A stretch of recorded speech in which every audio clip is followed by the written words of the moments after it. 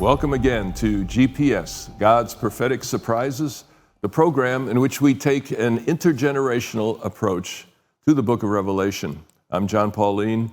I'm professor of religion at Loma Linda University. And with me is Rade Milosavljevic, who is a pastor in our Loma Linda University church. One of associate pastor, you're right. Still retired, and also working part-time for other. All right, ADRA is the Adventist Development and Relief Association. Correct. And we have Gustavo Assis, who is a doctoral student at Boston College. That's and correct. Studying particularly the Old Testament, which is a major factor when you want to understand Revelation. And we also have Guilherme Borda, who is from Brazil, like Gustavo, but who is at Andrews University and specializing in the book of Revelation. So we always expect big things from him when we get into these tough texts. And we'll start today, if you want to have your Bible handy, with Revelation 17 and verse 6. In the first 5 verses, we were seeing the interactions between Babylon, prostitute, woman, and the beast, the waters, the kings of the earth, etc. So the religious, political alliance at the end of time. But a third entity comes into play here. In verse 6, I saw the woman drunk with the blood of the saints and with the blood of the martyrs of Jesus. So here we have a third worldwide alliance, and that is the saints. As I mentioned a couple of programs ago, I would understand Babylon to be a worldwide alliance of institutional religion. And it would include every imaginable background as its public entity, all right? The saints, on the other hand, the impression is much more of individuals who find each other like kindred spirits, sometimes in hiding, sometimes the focus of rules and law, etc. So you have a third entity, a worldwide alliance of God's faithful people. Now, I notice here in verse 6, you have drunkenness again. You had it in verse 2. Anyone want to reflect, is there any relationship between those two? In verse 2, you know, it says that the woman, the harlot, she committed fornication, and the inhabitants of the earth are made drunk with the wine of her fornication. So here she's drunk with the blood of the saints. Is that the same thing, or is it something different? I think so, to an extent that she is making others to look like her, and she is intoxicated. They will be intoxicated. Oh, interesting. And there is that way of mimicking her behavior. And because we argue in that, when we discussed verse 2 a few episodes ago, intoxication or being drunk, there is a lack of the senses. It is being susceptible to do silly mistakes, and so she's not making good judgment. She's not in her good mind, and making others to be in the same sense. There is also go ahead. Yeah, no, I really like that. I don't think I ever really quite put it together that way. That's kind of fresh. That the drunkenness, the tie, means sort of like a mentoring disciple relationship. I hadn't thought of those terms. I always thought, the drunk with the blood of the saints, that's persecution. Yeah. Drunk with the wine, that's confusion. So I separated the two. But I like the way you've put those together. There may be something to that. I see them as different but related. Right? To me, she persecutes them because of her fornication. If there had been no spiritual sexual immorality, if there had been no unfaithfulness to God, that entity or the entities that comprise the system would not have engaged in persecution. So it is precisely because of the drunkenness of the fornication that there's this legacy of the drunkenness of the persecution. Because it is the deceptions, the falsehoods, the things that lead one away from God that then place one in the position of persecutor of the people of God. Whereas if you had remained faithful to God, it would never have become a persecutor to the people of God. So I see them as different but related. In a way, it seems that one has a cause, a relationship to the other as an effect, in a sense, at least in the tradition of this power. Certainly when we consider the sea beast that has this tradition of persecution, why did it engage persecution? Precisely because it was persecuting those people that disagreed with it. Those that were not drunk with its wine of fornication, those that did not agree with its spiritual sexual immorality, are the ones they will persecute. So one seems to lead to the other. So in that context, just to say, Dr. Paulien, actually that was from the very beginning, when Satan was behind of all of that, persecuting faithful, persecuting a pure woman, faithful one. And we can see that is going to culminate in the last days. So, as says with the blood of saints, it's going to do that the same in the last day to the saints. But we all know that God is going to intervene in some way, in His way. We don't know that details, but He will protect His people. We have many promises to the Bible and in the spirit of prophecy. We don't need to be so scared. It's going to be tough. It's going to be tough. They are going to be persecuted. But God is going to be with His church in the last day events. We have to have that in mind. And always through the history, New Testament and Old Testament, whenever it came to that very point, God intervened. So this is the war of all wars. At the end of the whole world, God will intervene to help His people to get out from this earth and be with Him forever and ever. I absolutely agree with you, but I'm going to make one observation. That's one thing that doesn't show up in this chapter. You see, the only mention of God's people is this one right here, and they're under persecution. Now, you're absolutely right. It's part of the larger picture of Revelation. He certainly in chapter 19 was going to rescue His people. You see Babylon falling and God's people rejoice in chapters 18 and 19. So yeah, you're absolutely right. But it is ironic that in this particular chapter, the only mention of the saints is not in terms of rescue so much. Well, let me pull that back. There is verse 14. They are the faithful one. Yeah. There is verse 14. That's true. I was not thinking of that. In verse 14 says, "These will make war with the Lamb. The Lamb will overcome them, for He's Lord of Lords, King of Kings, and those who are with Him are called, chosen, and faithful." So there is a reference there to victory and deliverance. So, I agree that there will be a time that there will be this special protection. I agree with that. But at some point before that, there will be killing, because these is drunk with the blood of the martyrs. You see what I'm saying? Toward the saints. It says with the blood of the martyrs. But the question also, it's important to consider the translation, because the word translated here, martyr, is the word witness.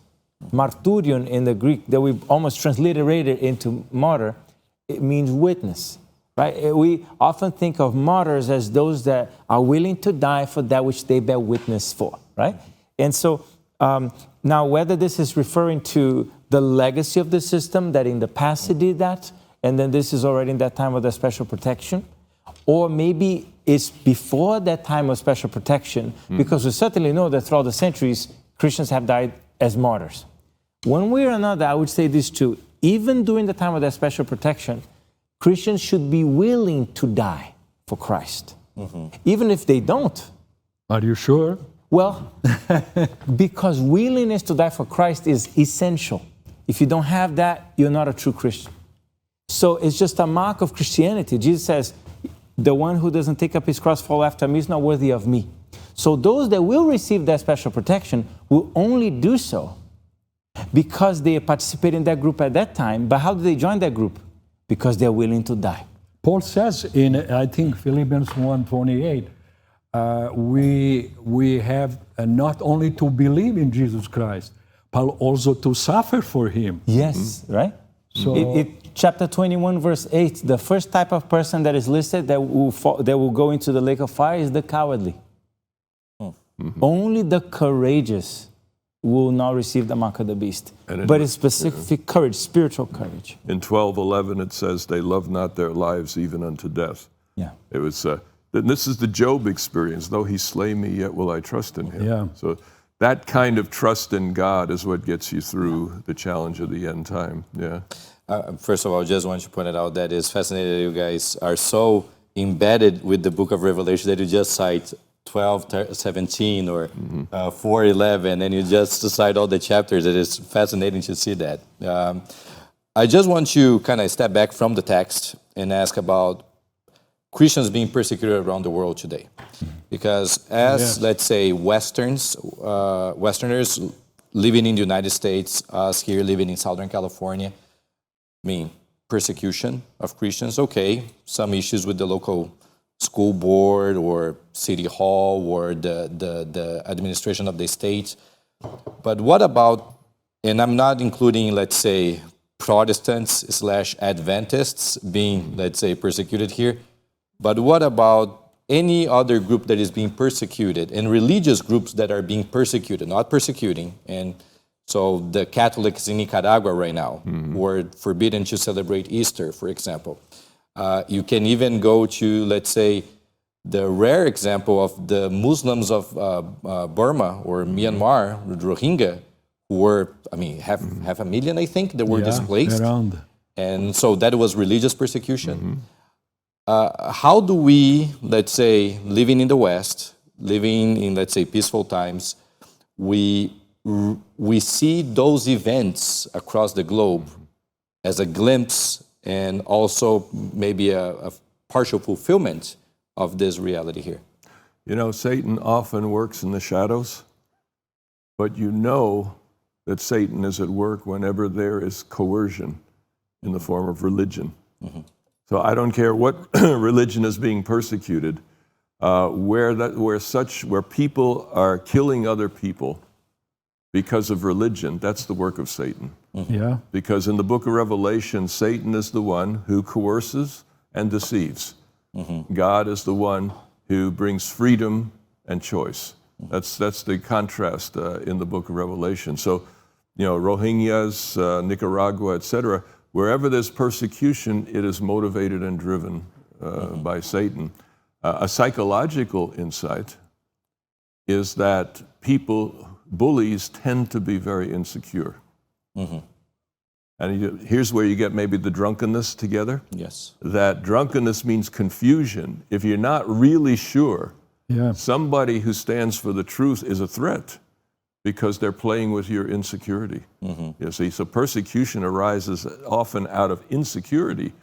It's a bullying kind of thing. Is Satan perhaps insecure because he knows the truth better than he's willing to let on, and therefore anybody who speaks the truth is a threat to his agenda, his narrative. You know. In another hand, I can just add it this, Dr. Paulien, as we know, in this context of persecution in many countries like Iran and China and Myanmar, you mentioned, we believe, according to Scripture and Spirit of prophecy, that God has His people among them. Whenever is there some kind of issue, I'm not going to mention, even though here in United States about this homosexuality, LGBTQ, you know, we can see in these churches they are splitting 30-40% on each side. Who are these people? I believe that they are good Christians. They are in some way they are God's people, and that God will invite them in a certain time to come to Him. It comes back to the point that in the cosmic conflict, it's a battle that takes place at every level. Every religion, every nation, every political party, every person is a battleground between good and evil. as Solzhenitsyn once said, that the line between good and evil goes right through the middle of our hearts, you see. And in that context, you can point to any dastardly situation and say, but God is still at work.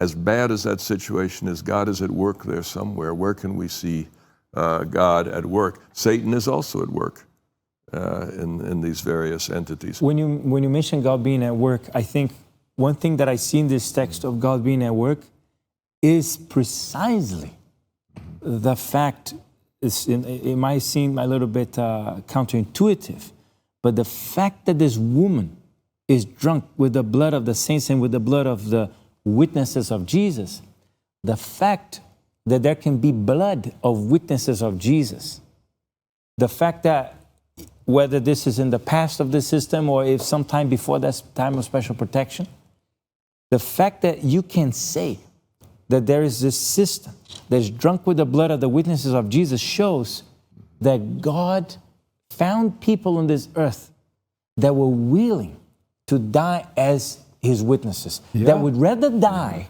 than cease from being witnesses.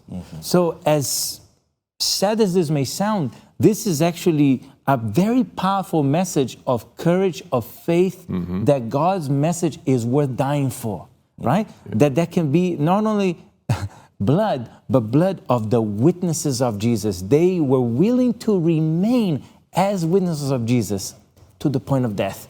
And then they will receive the promise that Jesus gives in chapter 2, I think is verse 10, be faithful until death, and I'll give you the crown of life. So there's even in such a message of something horrendous, the horrendous aspect, especially being the fact that this is the woman that last time we saw it representing the pure people of God. Now, apostate religion, this is horrendous. And so John says, and when I saw her, I marveled with great amazement. But there is also good news when you consider what happened in the hearts of these people that their blood was shed and that this woman was drunk with. And notice something, verse 6. You just mentioned it there. When I saw her, I marveled with great amazement. What is it that amazes John? It's not what she did. He doesn't say, when I saw what she did, murdering the saints, I marveled. No, when he saw her, he marveled. It's what she looks like, not what she has done, that startles him. And that is a further tie to chapter 12, because this woman doesn't look the way he expected. So in the imagery, he's looking to see, a Christian woman, but he sees this horrible monster persecuting the people of God. A thought question on this. If you have worldwide institution of religion, opposition to God, all right? You have worldwide institutions of political power. And then from each of these entities, there are faithful few who are finding each other, kindred spirits, etc. Supposing you have a faithful religious institution, where will it fit into these categories? Let's hope and pray, that there will be faithful religious institutions in the world. What would their fate be in this scenario? They'll be destroyed. If they were not faithful, they would join Babylon because, that's where the good people are. But in this scenario, the institutions of religion that are opposed to this Babylon will not be allowed to survive. And then those who are faithful to God will find each other, in the rocks and the mountains, the trees, the forest, the desert. Just to clarify, I think you mean that they'll be destroyed as institutions in terms of that they're registered with the government, they have the building, the SSC. Because I would say that you can say that they remain as a social institution. You see what I'm saying? Because social institutions don't depend necessarily on having, 501c3 or whatever it is, all these documents are all that, right? But a faithful institution, it's in their mission statement, all the rest of that, and they clearly see what's going on as not from God. those institutions will be the first thing to go. And for those in the Seventh-day Adventist tradition and background, you remember in the writings of Ellen White, there'll be a time when we can't do ministerial work anymore. Only medical missionary work. In other words, you can still, help people. You can still run hospital, perhaps, but the institutions of religion that are faithful to God won't survive. So if we depend on an institution, either way, we're in trouble. And to be willing to, as you say, courageously stand on our own, make our own decision, understand the scriptures for ourselves. That's the safety in the end time. Yeah. I would like to invoke one of the names that you mentioned, Dr. Paulien, Solzhenitsyn, when he came to the United States to speak at MIT, I think in the 70s or in the 80s, after he wrote the Gulag Archipelago. And it is almost prophetic what he said in that commencement speech, that the West was about to experience its demise, lack of strong leadership, and the demise of Judeo-Christian values, and that creating the power vacuum that totalitarian mentality will take over. And that was 40, 50 years ago, and we are seeing echoes of that both from right and left, and in that mindset, we should not imagine this as some kind of fairy tale, that we as Seventh-day Adventists had in the 19th century, our kind of expectation, because the world has changed significantly, especially in the past 20 years or so, and I can easily imagine a new generation of Christians with that desire for imitating the courage that you are describing, Guilherme, to die for the gospel, to be strong for the principles of the gospel. Thank you. Let's get back to the text here and keep moving forward, because in verse 7 is a very significant turning point, and we've mentioned it before, but we want to underline it now that we're here. But the angel said to me, "Why did you marvel? I will tell you the mystery of the woman and of the beast that carried her, which has 7 heads and 10 horns."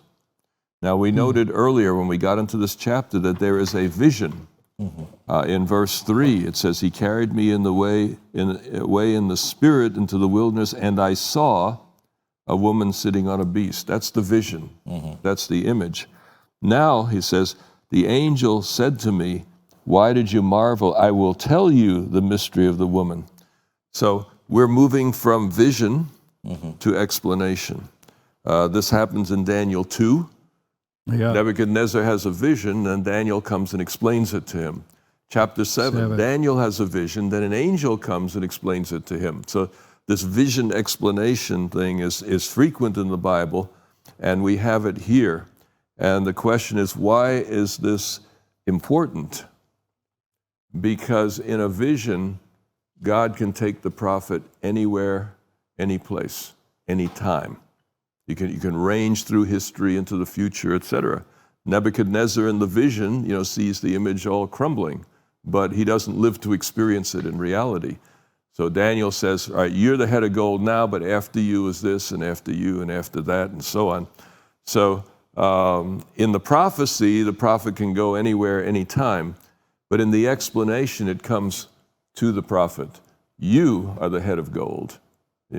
Daniel, ahead of you are 4 kingdoms, one after another, you see. So the explanation comes for the benefit of the prophet in his time and place. That will prove to be extremely important in understanding chapter 17, I think, as we for him and his people. Yeah, but it's important for us. Yeah. Because there are times here when the angel says something to John that relates to time. And the question is that John's time or some other time? Maybe some future time. And interpretation depends on that choice. And I'm pointing out here that from verse 8 on, you're dealing with an explanation. And therefore, if he says to John, these are past, one is now, the other is yet future. He's talking to John. He's not talking to us. So that, affects how people interpret these passages. I think there's a saying in terms of biblical interpretation, and maybe my Portuguese will not help me in terms of getting it right, but the Bible was not written for us, it was written to us. Does that make sense in English, in the sense that I think they say the opposite. The opposite. The Bible wasn't written to us, it was written for us. Yes, that's the one, the Portuguese. Good, yeah. And we always have to keep that in mind. Even though the Bible is our, let's say, a source of authority, it wasn't written directly to 21st century Christians living in the West. And if we keep reminding us of that, that will save us of some kind of misreading of the text. So we're just about out of time, but I encourage the three of you and also our viewers to read the rest of chapter 17 with this verse in mind. You saw a vision, a woman, a beast, 7 heads, 10 horns. In the rest of chapter 17, in verse 8, he explains the beast. In verses 9 and 10, he talks about the heads. In verse 11, he talks about the heads and the horns together. In verse 12, he gets to the 10 horns. In verse 15, he explains the waters that the woman was sitting on. In 16 and 17, he goes back to the 10 horns. And only in verse 18 does he come to the woman, which was part of the vision.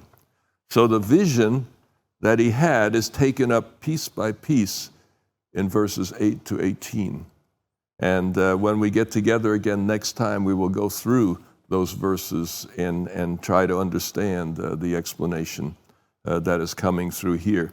So verse 7 is a decisive turning point between John's visionary experience and his experience of an angel coming to explain that visionary experience. So our time is up, and I want to thank all of you who are watching. This has been GPS, God's Prophetic Surprises.